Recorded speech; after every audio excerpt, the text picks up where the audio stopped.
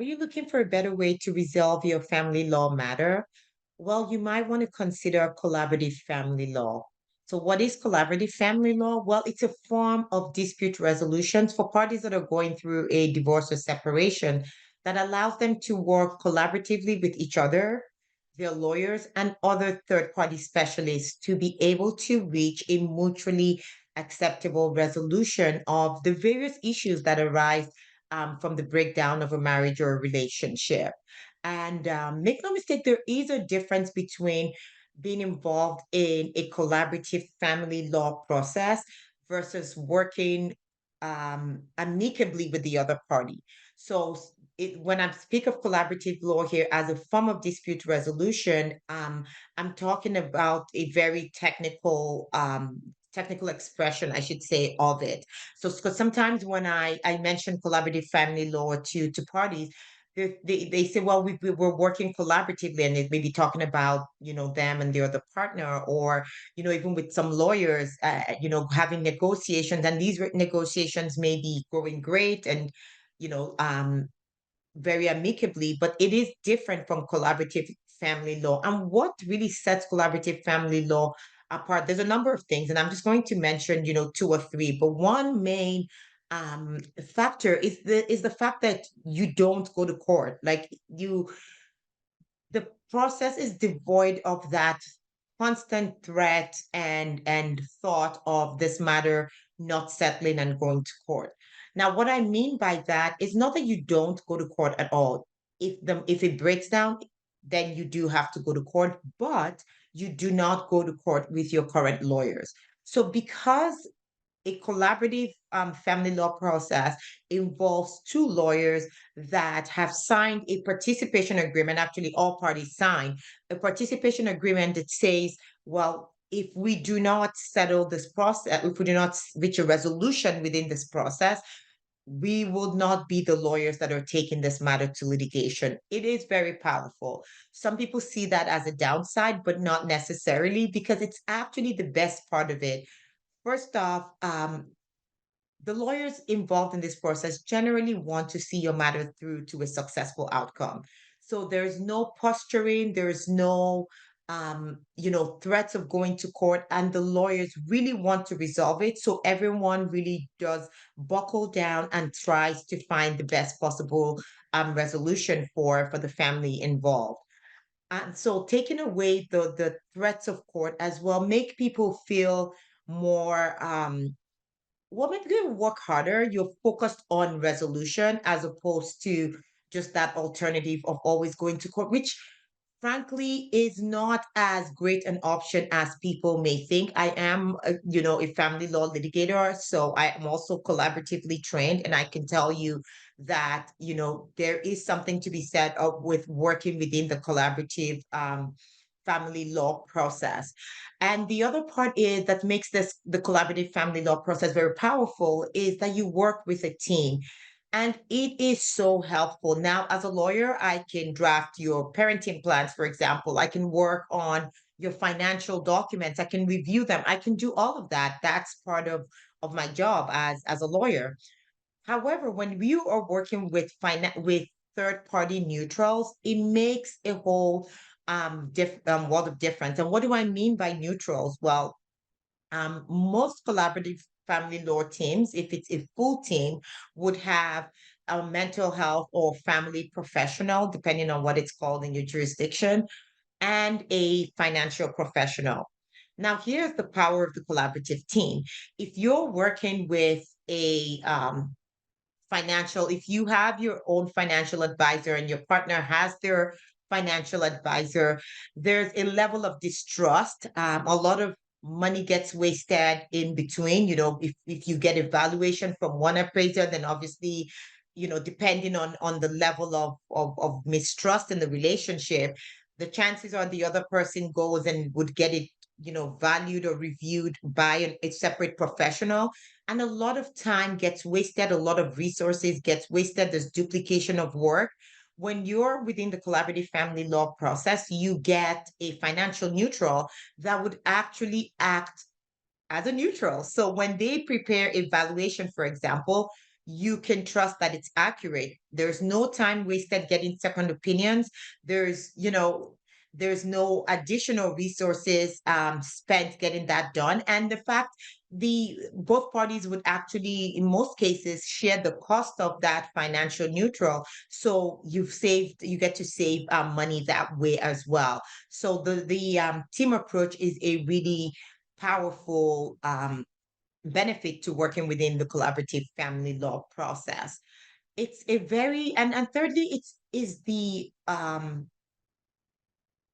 I'm trying to find the right word to describe it. I would say the peace of mind that comes with working within the collaborative law system, because we find that a lot of family law clients, no matter how brave and strong they might present to us lawyers, we know that this is a very difficult time for you. We know that.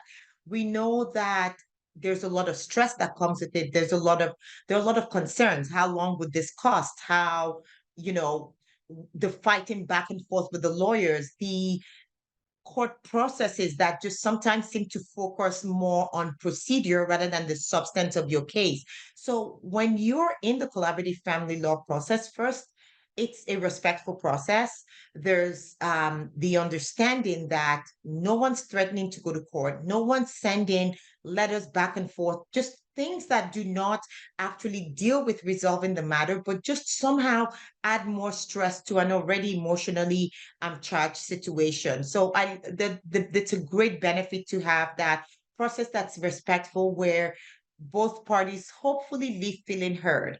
And I know what you're wondering. You're thinking, I don't care to hear the other side. And while that may be the case, you have to understand that everyone doesn't want the same outcome. So it's important to understand where the other person is coming from, listen, get understand what their interests are, be respectful, be open, and you would find that it may actually get your matter resolved faster and less expensively for you. And so let me put this in let me give an example so that you may understand where I'm coming from when I say this. So if you're in a collaborative process and both parties might be complaining about money, for example, well, when you drill down and understand both parties' interest, one person's talk of money may be so that they can afford to live in the neighborhood where their children are currently going to school, so that they could maintain consistency for the children. While for the other person, money may mean being able to keep their pensions and ensuring that they're able to retire in the future, maybe even retire early if that's something that they dreamed of, or just being able to keep their retirement intact and keep that plan going. So when you look at it from that perspective, then the job of the team is to see, well, what are ways that we can make this happen? Because if we go with just the traditional, you know, family law rules and strictly applied, then it's just, well, you have to divide the pensions and you have to maybe sell the matrimonial home or buy out the other person's interest. But from this example that I've given, just from understanding both parties' interests, you can see that there is middle ground. There might be that middle ground of, okay, well, you don't divide my pension, but maybe we don't sell the home and you can buy out my interest, but could we come up with a plan? Could it be deferred? Are there, arrangements that we can make to, ease up the payments for the party that keeps the home? Or maybe you keep the home for a limited number of years and then it gets sold, and what's the buyout mechanism for that? Again, I'm not saying any of these solutions are ideal for your situation, but I'm just saying when a team works together, you're able to come up with solutions that both parties find a lot more acceptable than when you don't get to actually understand the other person's interest, especially when you contrast it with the litigation process, where everybody just presents to the court. And yes, absolutely, our job would be to make the best possible case for you and get you the best possible outcome. But when you're dealing with families and you're dealing with relationships that in many cases have spanned decades, there's sometimes that need for the other side to be taken care of. There are people who don't want that um, adversarial process. And if you're one of those people that don't want that adversarial process, that care for, care for the outcome as in the way that it affects the other party. So not just yourself, but care for the outcome for everyone. And if there's kids, wanting to make sure that the best interests of the kids are served. If that's the person that you are, then you really want to consider collaborative family law. And I also find that there's just a lot of other, benefits that come with it, right? So I'll just use one more example. So a lot of times when people are negotiating deals, and I do a lot of lawyer negotiations where it's not part of the collaborative process. We're not in litigation, and we're just working lawyer to lawyer to come up with the best resolution for the family. And I find that sometimes there might be a block to settlement. Like the numbers look great, the terms look fantastic, but for some reason we're not able to cross the finish line.